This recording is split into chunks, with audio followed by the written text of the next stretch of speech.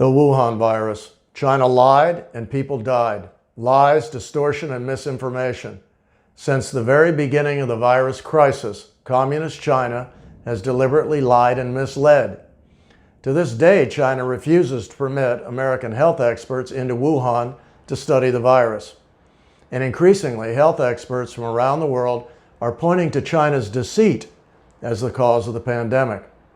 Dr. Deborah Birx of the White House Pandemic Task Force recently said that if China had reported openly and honestly, the virus could have been contained. By some estimates, 95% of the pandemic could have been avoided. Think about it. 100,000 innocent Americans killed by China's deadly deception. And the big question people are asking, did Communist China launch the Wuhan virus in a deliberate biological attack on America? Or is the deadly pandemic the consequence of the lies and deception of the communist culture? And frankly, if you're like me, you're probably thinking, what difference does it make? No matter how you cut it, people are dead, and it's China's fault. But before the media Nazis start yelling, racist, yes, racist, we're not talking here about democracies in Taiwan and Hong Kong. The Chinese are good people, but communists are monsters, regardless of race and ethnicity. So let's face it, at a minimum, China lied and people died. China lying and cheating? Haven't we been hearing that for years? It's a given that deception is baked into Chinese news and information at every level. China counterfeits Microsoft Office and Hollywood movies. China dumps steel and aluminum, despite China's promises to the World Trade Organization. China dumps defective drywall on America. China floods the world with fentanyl, fueling a deadly opioid crisis in America. And China sells cold medicine containing antifreeze to Latin America. Thousands of innocent children died. The communists censor all information coming in or out of China. In fact, Facebook is banned in China. So let me ask you this. Would you stay with your partner if he or she were cheating on you all the time? Well, that's what Communist China does, nonstop, lying, cheating, internet hacking, and now the Wuhan virus. But the big question remains, did Communist China launch the Wuhan virus intentionally? Well, there's plenty of evidence to suggest a biological attack. First and foremost, the evidence points to the Wuhan virology lab and not to a fish market as the place where the virus started. And according to the Chinese dictatorship, COVID-19, the Wuhan virus, it began in Wuhan, and for the most part, it stayed in Wuhan. How convenient. So people are asking, why didn't the virus spread to Beijing, the Chinese capital? Why was Shanghai, China's financial center, seemingly spared?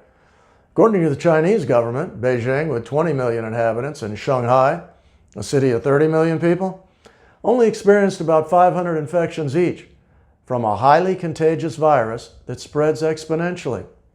How's that possible?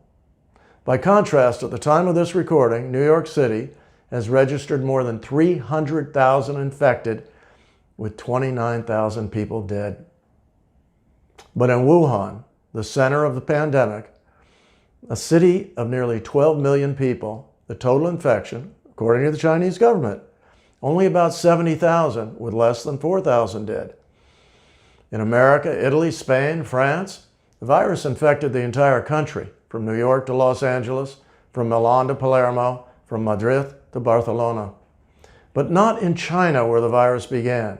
And normally one would expect that the first city to confront such a lethal contagion would be the most surprised and the least prepared. But again, that's not what we hear out of Communist China. China appears to have been supremely prepared for the outbreak in Wuhan. The government locked down and quarantined Wuhan City and Hubei province as if the communist leadership had been expecting it. Perhaps they were expecting it. Oh, but that's because China had experience with COVID-19's sister virus, SARS, some 18 years earlier. Okay, maybe. And then just 8 weeks after the pandemic began, Wuhan was already reopening movie theaters, restaurants, bars, public events, near normal all over China, while America and Europe Are shut down? Are people suffering and dying? Are economies prostrate? Hey, shake the fake news out of your head for a moment. The Communist Chinese expect us to believe that China is so much more advanced, so much more efficient, so much better organized than America, Europe, or anywhere else in the world, that only China was capable of containing this ultra-contagious virus to Wuhan City alone. Now, I understand that a handful of other Chinese cities experienced outbreaks of the virus, but again, if we're to believe Beijing, those outbreaks were small and contained. For a growing number of people, the narrative just doesn't add up. And if China didn't launch the virus deliberately, then why did they lie about it? Why did China mislead the rest of the world in the first place? Why didn't China want the world to prepare for and limit the spread of the virus? And then there's the cover-up.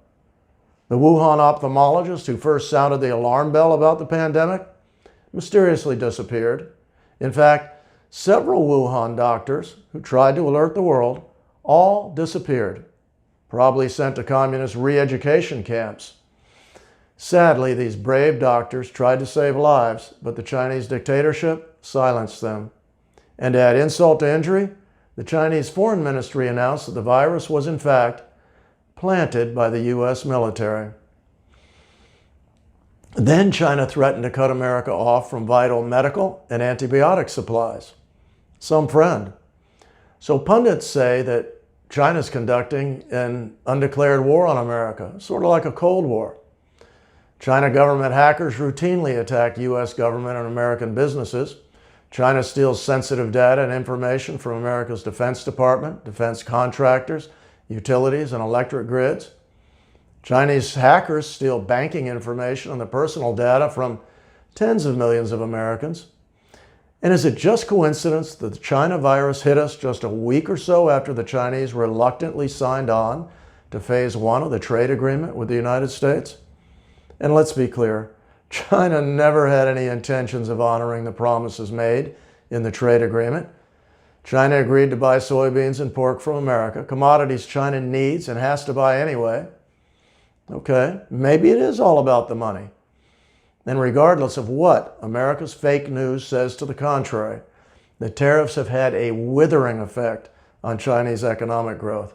After decades of double-digit growth fueled by unfair trade practices, China is now losing the very trade war that China started, and the outcome will fundamentally change China's trajectory. It's no longer a given that China will surpass America's economy within the next 15 years, if ever. So China's leaders became anxious, fearful that America's newfound assertiveness would continue at the dictatorship's expense. Consider this. In 2019, China saw its slowest economic growth in 30 years, and forecasts for 2020 were even worse. America was fighting back and winning. Of course, that's completely unacceptable to China's dictator, Xi Jinping. President for life, Xi wants to rule the world. So America finally stood up to China's decades of looting and stealing, and China hit back with an asymmetrical biological attack. Probably just alarmist conspiracy theory. And then there's 5G. China's plan for world domination involves internet spying with next generation Huawei 5G systems embedded with spyware.